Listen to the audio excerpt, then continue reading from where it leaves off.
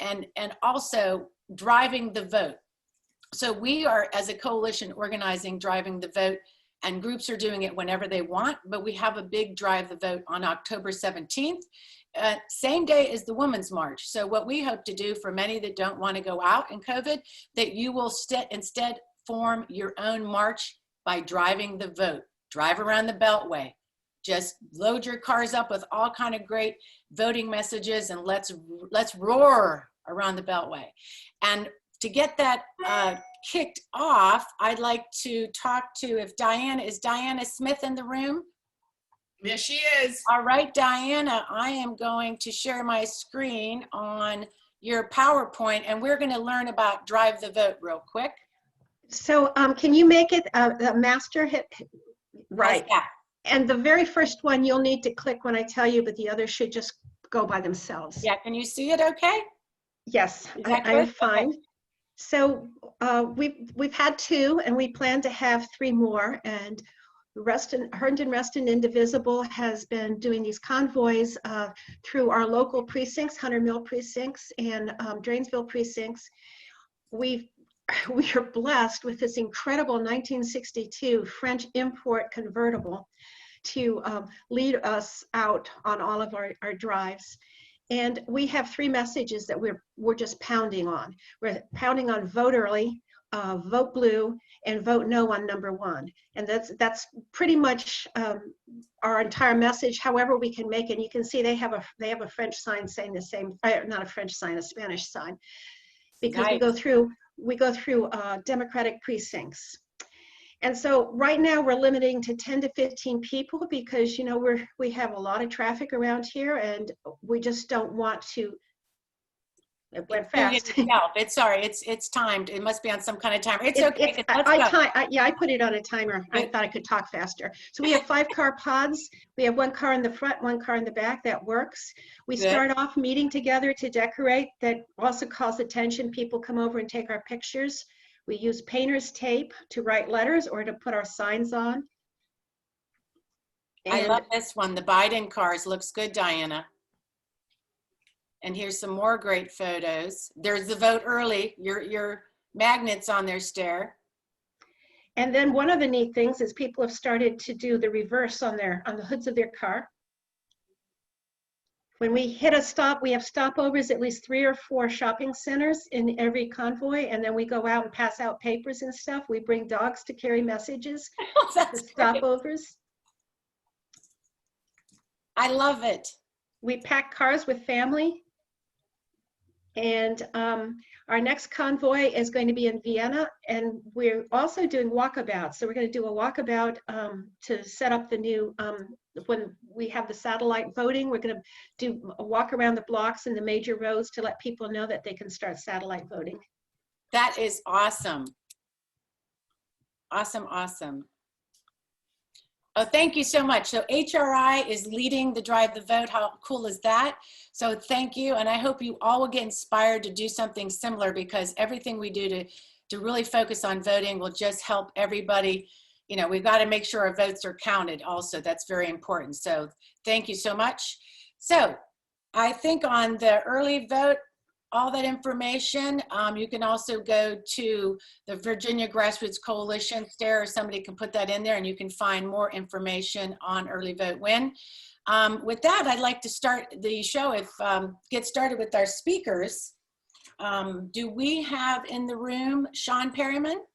Yes, we do. Oh my gosh, let's unmute Sean. Hey, can you hear me? Yes, how are you, Sean? All right, I'm doing well. Thanks for having me. Great. So I'd like to just give a quick introduction so people that may not know you will know about you, and we're so pleased to have you here. Sean, you are the president of Fairfax County NAACP, and it's also great to know that you graduated. You graduated first to graduate from from college in your family. Is that right? That's right. That's right. Okay. And that you went in undergrad New York. Yep, I went to City University of New York, Baruch College. Baruch College, awesome. And then you received your law degree from Vanderbilt University. And you've done a lot of work in civil rights, which was awesome to learn about. You staff for the late Congressman Elijah Cummings. And you really have just been speaking a lot about racial injustice recently. Obviously, this is so pertinent, this topic. That's why we wanted to have your voice on the show today. And I shouldn't leave out also, Sean, you're running for Lieutenant Governor, exploring this. That's right. I am exploring a run for Lieutenant Governor of Virginia. Yeah, so we're so pleased to have you. And you're just perfect. We want to talk about justice. We want to talk about equity today, and we want to talk about power. They're all so connected. Your tweet intrigued me on social media when I was looking at all the discussions around race and what we're doing in Virginia with, trying to make police reform, try to justice in different ways. But it intrigued me because of what you said, that we really aren't discussing it openly and honestly. Your voice is at the table a lot when people are talking about policy, and you really get into how bias, if we're not talking about it, there's this bias in everything we do, right? So yeah, so I'd like to just open up that conversation about that today, really about your perspective on this conversation, what you're doing, locally on this issue, where your voice is on the reforms, and just get your perspective on how we can really move this conversation forward. Sure. And thanks again for having me. I really appreciate that. Again, my name is Sean Perryman. I'm the president of the Fairfax NAACP. When I think about this issue, and I testified this week in front of the Fairfax County Board of Supervisors, and I was saying, long before George Floyd was suffocated to death with a knee on his neck, these issues existed here in Fairfax County. Look at like the use of force, for instance, here in the county. For the last 5 years, Black people make up about 10% of this county, but they accounted for 50% or nearly 50% of the use of force cases. And these weren't violent criminals. These were just sort of sometimes just regular calls that ended up being a use of force incident. And we can look at the different inequities throughout the county and the state in Virginia here, and we see these issues.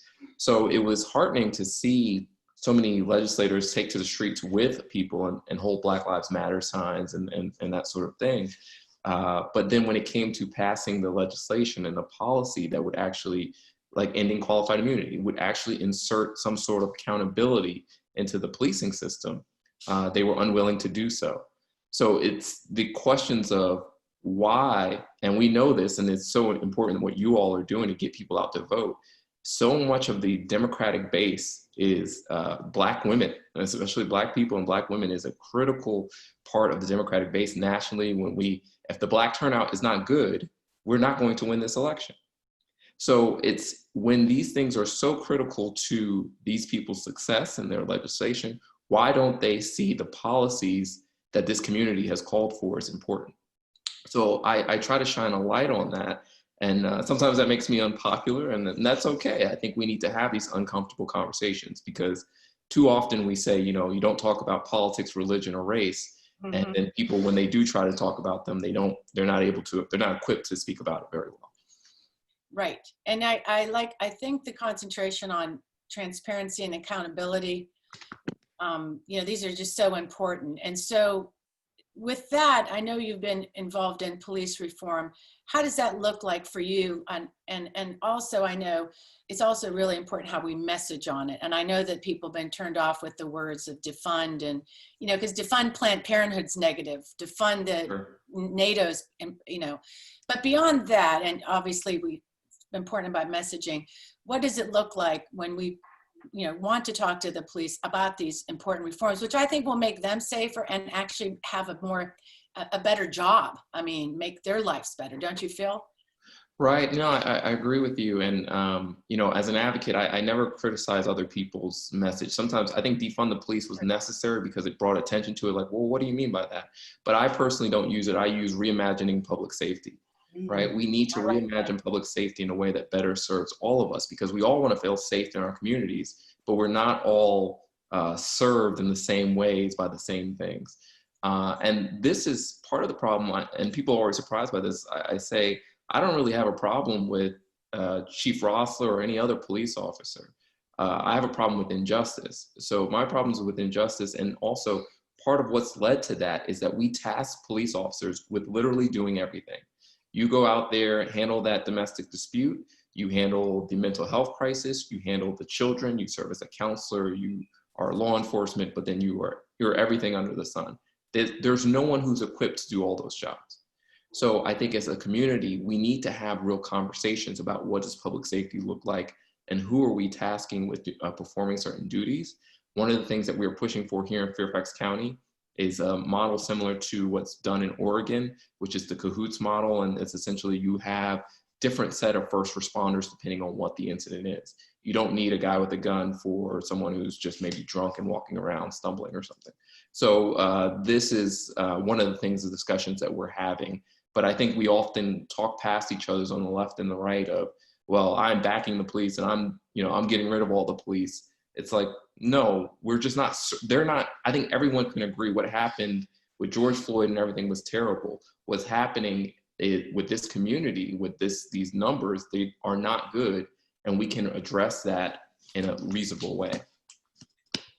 Right. No, I agree. And I looked at your 8, you had, what did you call 8 simple things that we could do to reimagine public safety. I always like when, we have things that we can sort of study and we have also actions we can take. I don't know if you want to briefly just, because I know we're in a little bit of a time schedule, but some top things that you would recommend that we can reimagine. And would this mean that you are calling together a coalition of stakeholders, Sean, right now? What is this looking like that people are working on this together? Because I feel like we need obviously the police at the, whatever you want to call them, at the table also with this and leading. Yeah. So we're working on at the Fairfax level. The Chairman Jeff McKay created an equity task force. So we actually met on the subcommittee on public safety yesterday and talked about some of these things. But some of the things we're calling for, without going into each one, is sort of demilitarizing the police, having that model where you have responders. Other than that, transparency. So right now, and this always surprises people, we don't have a database that kind of collects when there's misconduct or someone's fired or something like that, and they can go the county over and get another job as a police officer. That's insane. So we need to have these sort of models that are transparent and hold people accountable. So those are some of the things. But at the state level, we desperately need to do something about qualified immunity, ending qualified immunity. This means that if an officer acts, completely outside of scope, that someone can sue them and say, this way they have a financial incentive, because right now those cops aren't sued unless they are arrested. There really is no accountability for what they've done. If they've taken a life, they cannot be held accountable for that. So that's one of the things we're pushing for. And what I would say to you all, I know you all are very engaged. Getting people out to vote is so critical. Here in Virginia, I firmly believe we're no longer purple, we're blue, and we're gonna win it, and we're gonna be blue. Now it's what are those people doing for us? How are they serving us in all our communities and listening to our needs?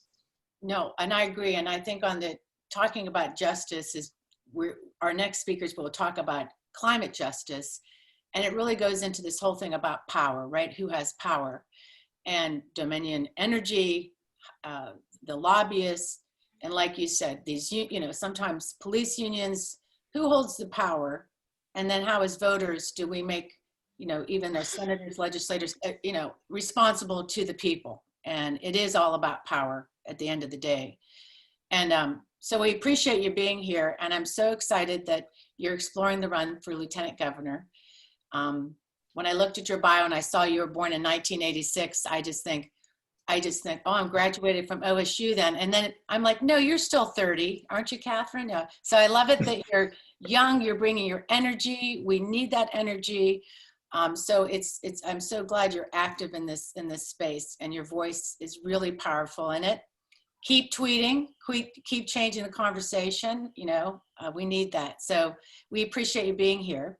Thank you, and I appreciate you having me. Yeah, stick around because there's somebody I'd like to introduce you to in the chat. Monda is here. She's an artist and a filmmaker, Monda Raquel Webb. She'll be coming at the end, sort of next set of speakers, but you guys need to meet up because she's awesome. And I met her through Soar Nebula. So I hope that you guys connect.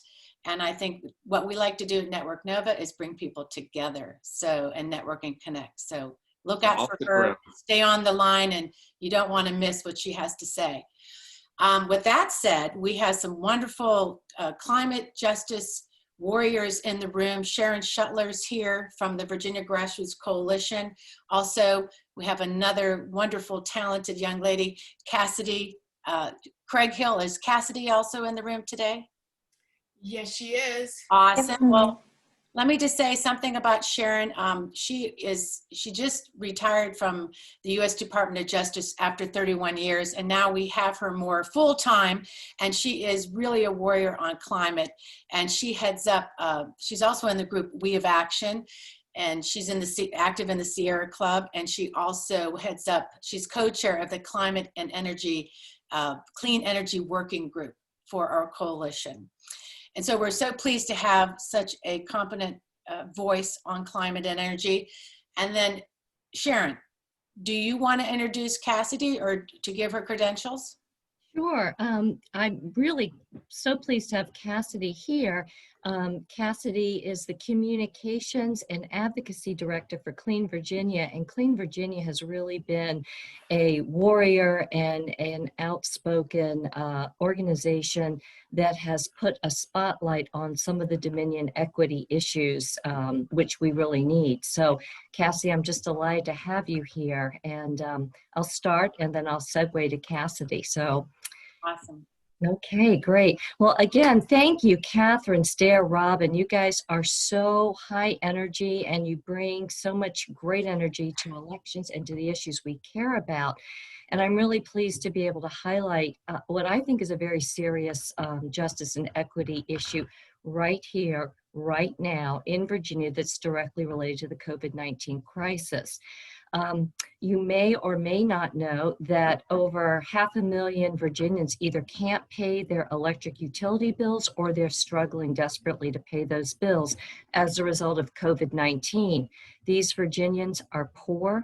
Many of them are people of color, and the added financial burden of electric bills has devastating consequences for these families. So the question is what to do? Well, very interestingly, the answer lies with Dominion Energy and whether or not our General Assembly, those we have elected and we hope will be accountable to us, is whether or not they're willing to buck what I would say the pernicious Dominion lobby. According to our State Corporation Commission, Dominion Energy has overcharged ratepayers, that's you, me, everybody, over $503 million since 2017. I just want to say that again, over $503 million. It's actually more than that, but this has been official from the State Corporation Commission. In any other state, the utility, such as Dominion, would be forced to refund those overcharges or in the alternative to basically credit those to bills for the next year. Not in Virginia, unfortunately. So so many Democrats and some Republicans have come together with this notion that Dominion ought to forgive the debts of many of these ratepayers who are struggling so desperately and use the overcharges that are rightfully ours anyhow as part of this credit. So Republicans and Democrats have come together and they're asking that $320 million of this $503 million be used for debt forgiveness and for some rate refunds. The Virginia Grassroots Coalition got involved in this in late August, early September. We wrote letters to all the relevant legislators urging them to do the right thing, but it hasn't thus far been enough. And what I'd like to do now is segue to Cassady, who's going to really highlight this issue and tell us exactly what they're doing now and what we can do, what each one of us can do and our individual organizations can do to see if we can apply some pressure to our legislators to do the right thing here. So Cassady. Hi, thank you so much, Sharon. And thanks to all of you for spending your Friday afternoon talking about these issues. Certainly very inspiring to hear from Sean Perryman and to hear a little bit from all of you. So yeah, as Sharon said, Clean Virginia is an independent advocacy organization working to fight corruption in Virginia politics in order to promote clean energy and community control over our energy policy.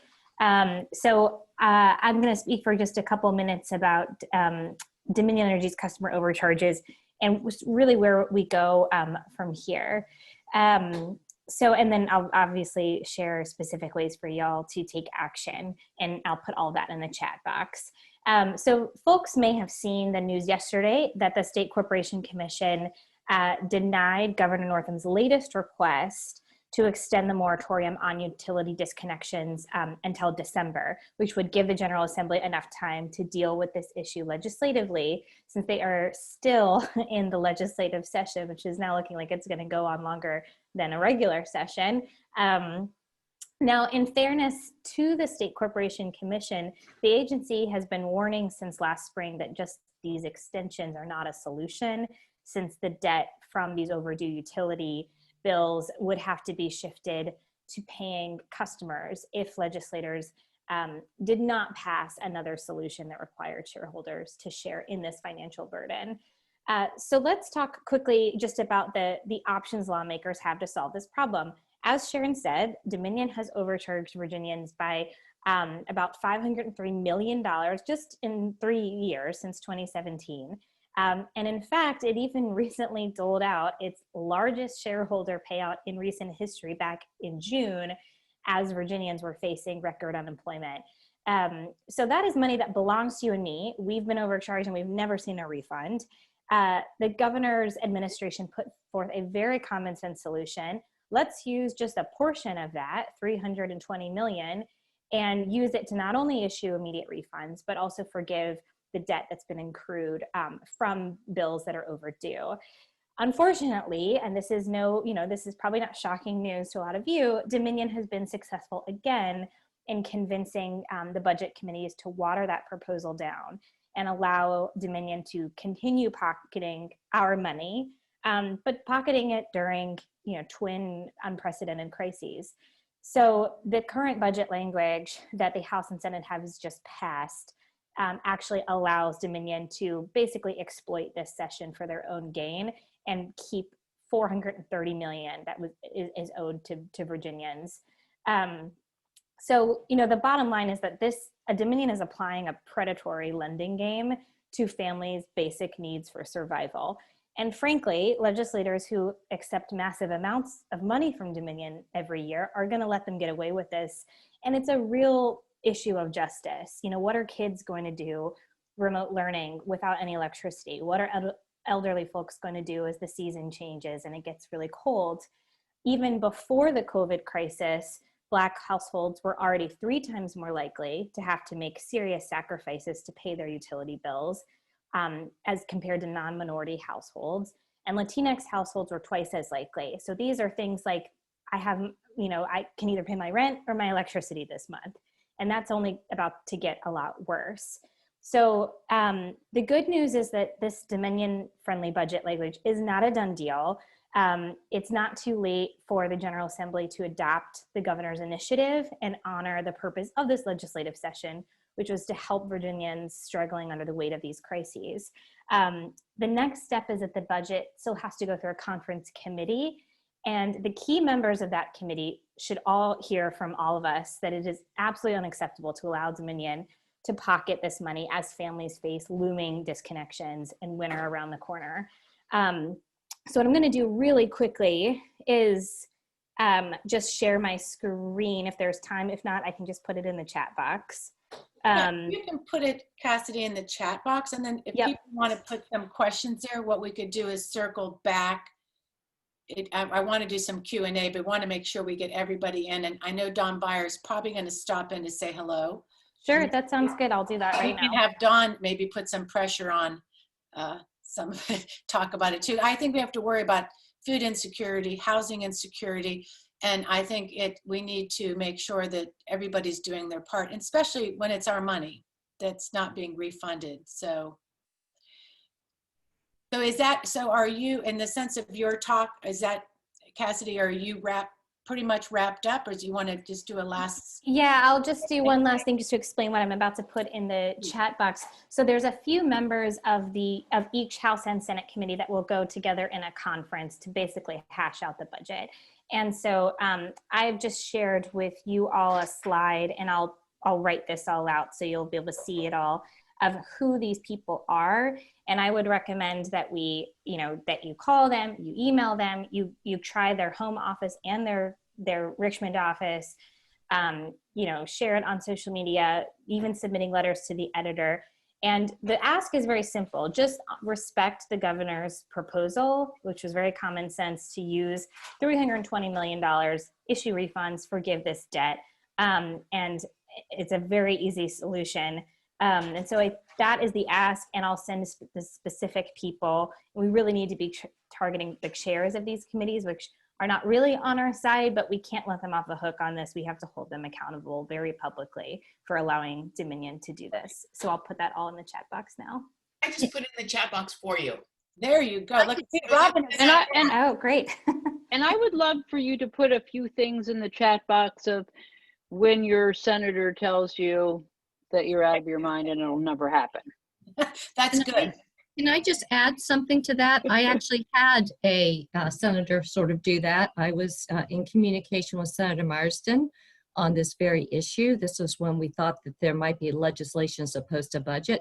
He said to me that Dominion was going to be forgiving $93 billion, which I don't even know where that number came from, but had some sense that the Dominion was doing this. So what I would like to encourage you is to make sure you know the facts. Dominion is not forgiving debt at this point in time. They might be extending the ability to pay your bills, but that is a completely different issue.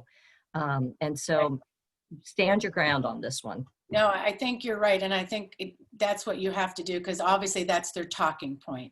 So I have to say thank you, Sharon and Cassady, for being here. And I know, Cassady, your work on Greenpeace, your communication experience, that you're running this ad in the Richmond paper that I know we, Network Nova, signed on to, and other groups. So that will reach a larger public view. So that will be great for everybody to pay attention to that ad. So I'd like to segue to our next part of justice and equity and power. A friend that I've met in my work with SOAR, which is, if you know about SOAR, it's a community nebula run by Molly Fonadet. It's her last name is hard to say for me, Fonadet.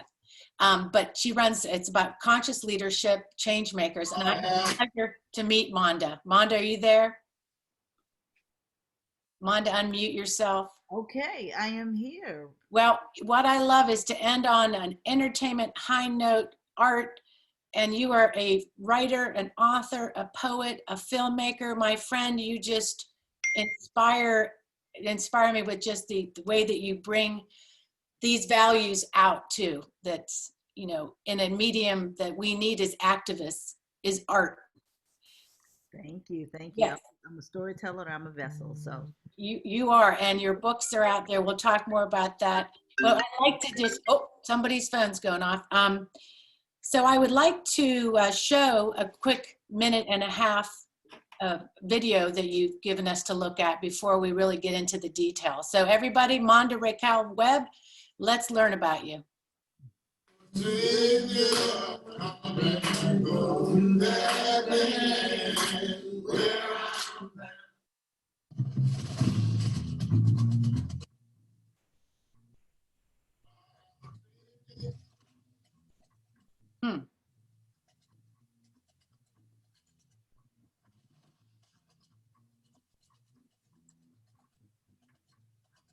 Yeah, I don't know where the volume is. I don't know where the sound is. We're having a sound issue, Robin.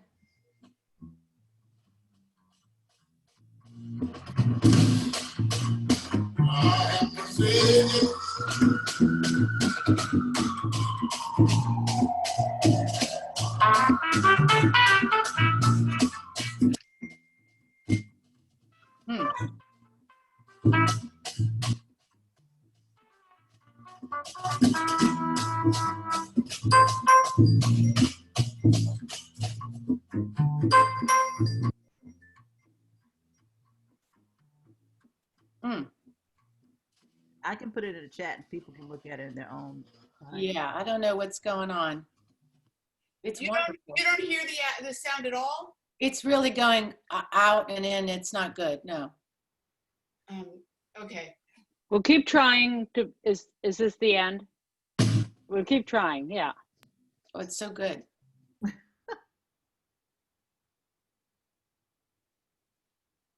There you are. Well, sometimes, you know, with Zoom and showing things, it's not the best platform. Yeah. You know how that is. So Monda, you know, we met, like I said, I saw that the movie you were involved with, Zoo, the Yeah. movie Zoo. It was so just thought-provoking. If you want to talk a little bit about your work, I mean, that work was about a young African-American girl that the zoo is, that she's in the zoo. People come to look at her in this zoo, and I couldn't stop thinking about that film. All your other books and your poems, and I heard you do also Women Hold Up the Sky. So with that said, I'd like to talk about the work that you're doing now, and I love it because you're approaching it from such a healing perspective with race. We talked about with Sean, we obviously know the issues. So where are you bringing your voice and your spirit on this? Okay, and thank you for the time, Catherine. I really appreciate being here, and Robin, and meeting all you all. I have a special affinity for getting out the vote. My great grandmother was a teacher in Albany, Georgia, and she got kicked out of the state of Georgia for trying to get Black people to register to vote. And once she was kicked out, they sent her to uh, a place in Chianti, Arizona. I won't say it's a reservation because it really wasn't on a reservation per se, where she was supposed to teach Native American or indigenous kids all about civics and American history. And she had an interesting experience there. So I think, for me, I think it's unfortunate because a lot of these kids would leave their homes and go to these schools, and when they went back they couldn't even speak their language anymore because they had forgotten. So that's another topic for another day. However, I do encourage us all to continue to share the word and get out the vote and make sure that we can, you know, make a better tomorrow for our children. So with regard to what I'm doing now, yes, I am a storyteller and a filmmaker, and COVID has brought a lot of us to our knees, but you know, necessity is the mother of invention. So I have begun a series called the Healing Chronicles, and it is Reframing Race Relations in America, the video intro of what you just saw. And the purpose of it primarily is to blow up a racism, if we can, rip it out from the roots, talk about topics that are germane to all of us, life topics, health, politics, uh, you know, wealth, Right. and to discuss the history of it, and then discuss where we are, and then talk about moving forward and what we can do to change the narrative. So this, and I'm sure, Sean, that Catherine said, yeah, you all should meet, because this month's discussion will be politics, politics, and politricks, why your vote matters. And I think it's just, especially with the Black vote that was in Southwest, Black folks just didn't come out the last couple of elections. So this is extremely important, and I thank all of you for, you know, for your efforts to that extent. So, and I know we don't have a lot of time, so I wanted to just, you know, kind of speak. If I'm speaking too quickly, let me know. But I do want to be cognizant of our time here. And so, Catherine, you want me to just want me to read? Yes, I do. And I have a request. Make sure you're into your mic and reading loud. I know I don't have to tell you about being loud, you know what I'm saying? But sometimes our computers, if you lean in, but please read for us. We would love to hear it. And I'm just going to mute myself. Okay, and I will make sure that I put the link to Zoo Volker Show, the short, in the chat before we leave, so people can view it on their own recognizance. So. Okay, so this poem is from my book of poems called Life is Like a Soul Train Line, and it is dedicated to all of you, and it's called It is the Women Who Hold Up the Sky. So God help me, I forgot my glasses, so bear with me. But if it is the women who hold up the sky, then can somebody please tell me why Chicken Little thought the world was falling down, even though his tiny little feet were planted firmly on the ground? Oh, I know. He didn't have a woman around.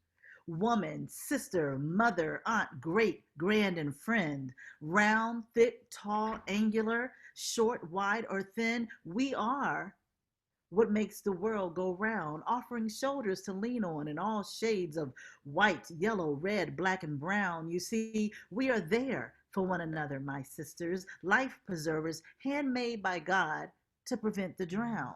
Through the sorrows, the loss, the heartache, the pain, it is He who gives us the strength to get back up, dust ourselves off, stand tall, and walk again.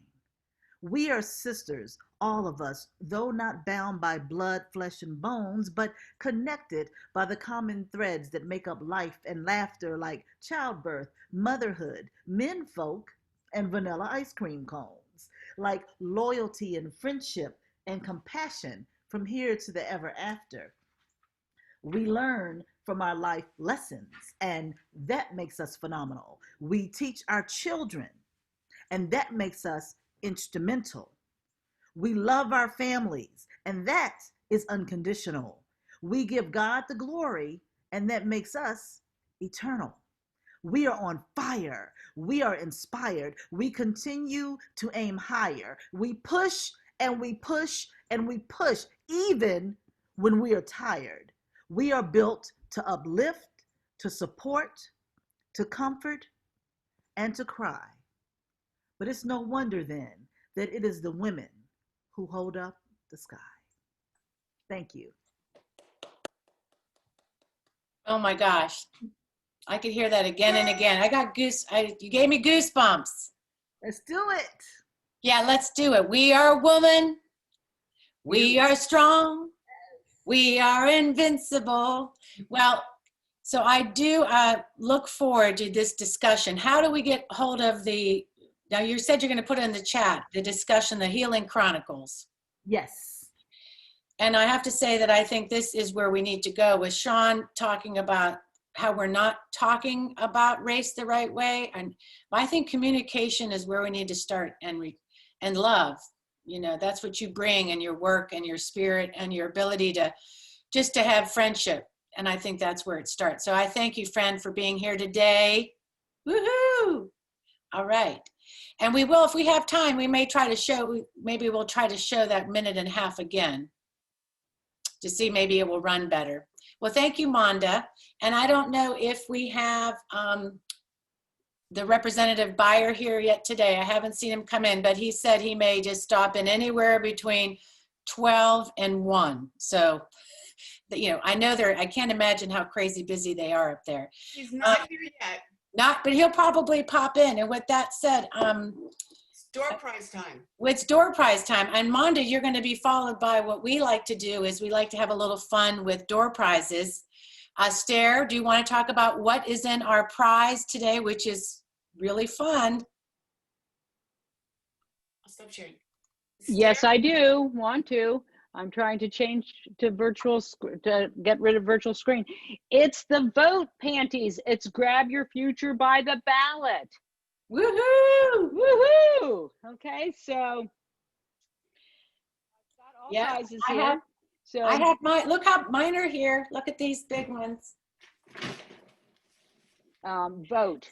And then This is all about, yeah, so people know this is smart and it's voting is smart and sexy. So we have all these voting nice, is smart and sexy. that's right. Hashtag. Who has actually produced these, put these out for us, given them to us? Don Byer, he has done. Okay. He's producing. Okay, and then there's a little thing about women and milestones of women here as well. So that will be the prize. Let's see who gets it. And I'll just put in one more plug. I'll put in a little plug for go look at the badassboutique.org sometime. We're going on the road. We're going to do the park and vote. We're going to do the drive the vote. So we're going to join JCC Indivisible in Williamsburg on Saturday at 10 o'clock at, I forget exactly where. And we are going to have coffee and park the vote, shop and talk, and then drive the vote for a few hours. So join us if you happen to be in that region. And let's spin it. Spin it to win it.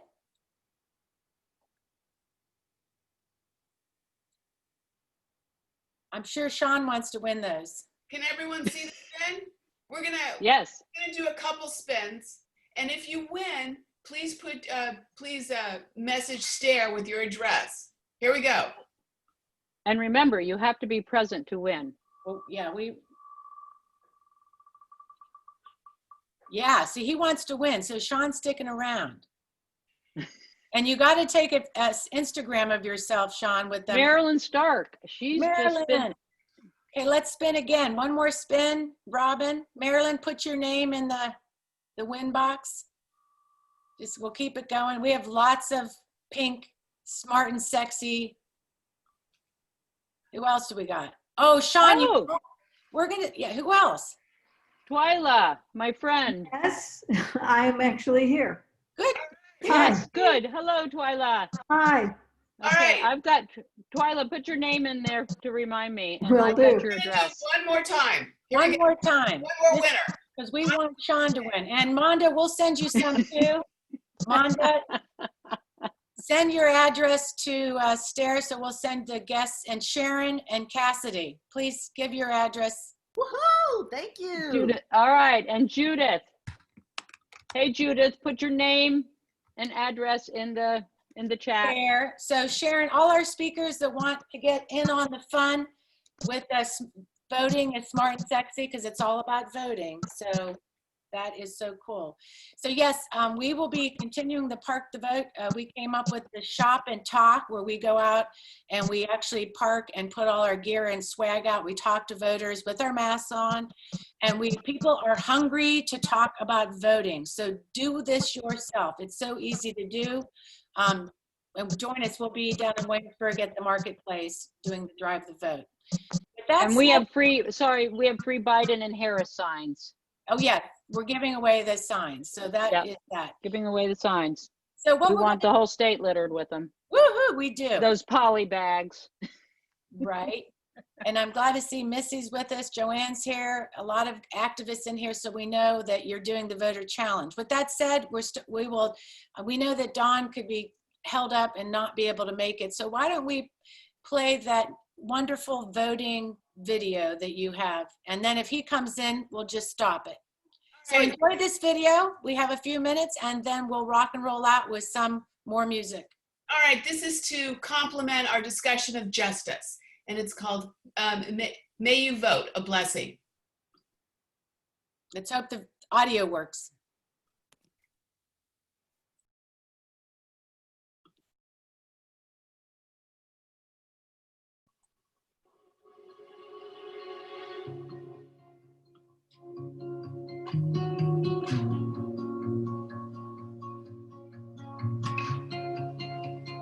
May you vote as a member of the beloved community envisioned by Dr. King, an inclusive society based on love and justice for all human beings. May you vote not driven by self-interest or party loyalty, but to usher in that vision for all people, no exceptions. May you not sit this one out and miss your opportunity. May you make your plan. Vote early if you can, and stand in line for hours if you are able. As Representative John Lewis said, nothing can stop the power of a committed and determined people to make a difference in our society. Why? Because human beings are the most dynamic link to the divine on the planet. May your vote offer compassion to those grieving the death of family members in this pandemic, and those whose lament is yet to come. May your vote offer strength to the health workers and all essential workers heroically struggling on the front lines of this pandemic.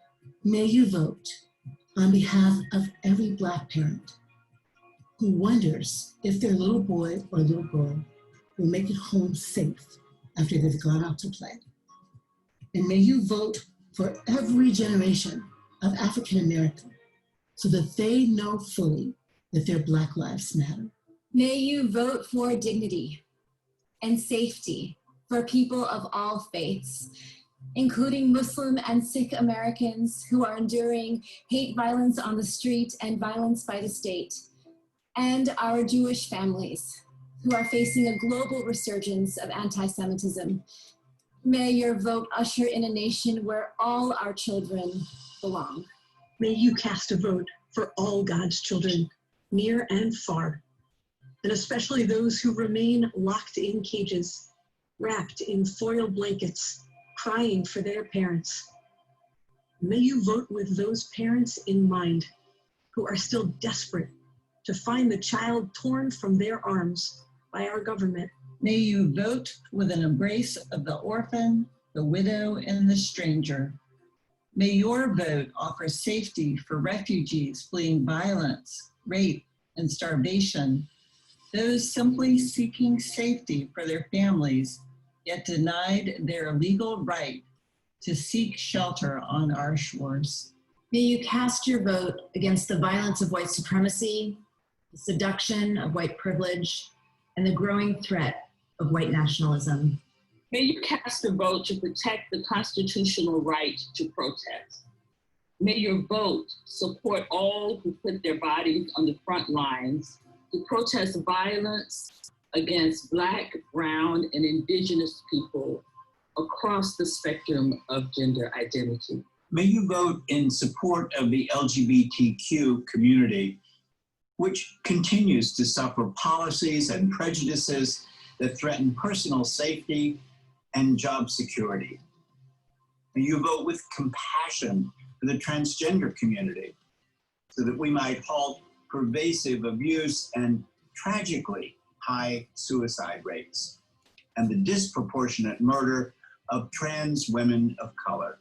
May you cast your vote for a moral budget so no person goes hungry or homeless or without health care. May your vote bring relief to the millions of families who struggle every day on the economic margins. As Pope Francis said, it is now, more than ever, necessary that political leaders be outstanding for honesty, integrity, and commitment to the common good. May your vote ensure the fundamental right to health for all and bring healing to our nation. May you vote with compassion. To be a compassionate person is to be a wise person and a powerful healer for oneself and for others. May your vote heal our planet so that the air we breathe and the water we drink are clean and safe. May your vote protect our forests, streams, meadows, and oceans from human greed and recklessness. May you vote for all the living creatures who have no voice except yours, so that we may all thrive on this one beautiful and fragile planet. May you vote for a world in which every single human being enjoys the dignity and equality due to a creation in the divine image. May you vote against autocracy, corruption, and abuses of power. And may you who feel conflicted cast your vote with moral courage. And may your choice free you from looking backwards in fear and instead be grounded in hope for what lies ahead. Then help someone, and then help someone else after that to do the same. Until all obstructions to voting are overcome with fierce inclusiveness. Until every person has voted and every vote has been counted. May your vote bend the arc of history toward justice, be a light in the darkness, and help give birth to a transformed America. In the words of the great theologian in Ephesus, Reinhold Niebuhr, love is the motive, but justice is the instrument. It is this type of spirit and this type of love, said Dr. King, that can transform opponents into friends. It is this type of understanding goodwill that will transform the deep gloom of the old age into the exuberant gladness of the new age. May we, as one nation, As one nation. As one nation. Find hope and healing this election day. Hope and healing. Hope, healing, and justice for all. For all. For all. For all. For all. Hope and healing for us all. May you vote. Wow, that was so powerful. So, may you vote. So that will leave you with that. I want to especially thank our guests for being here, Sean Perryman, Sharon Shutler, Cassady, Craighill, and of course, Monda Raquel Webb, my friend. I don't know if you've seen that video. That was really powerful. Robin had just found that. So we so thank you for being here today. We're going to be here in the room next week. Next Friday, we'll kick it off with another power lunch. We will be having some special guests coming up. Rachel Bidekoffer will be here on one Friday. I think next week we have Ellie Smale from Feminist Majority. We'll be talking more about the Supreme Court, the Women's March, different issues and voting. So get out there and vote. Make sure everybody's voting. And let's get out of the room with some Helen Reddy and do some dancing on the way out. All right.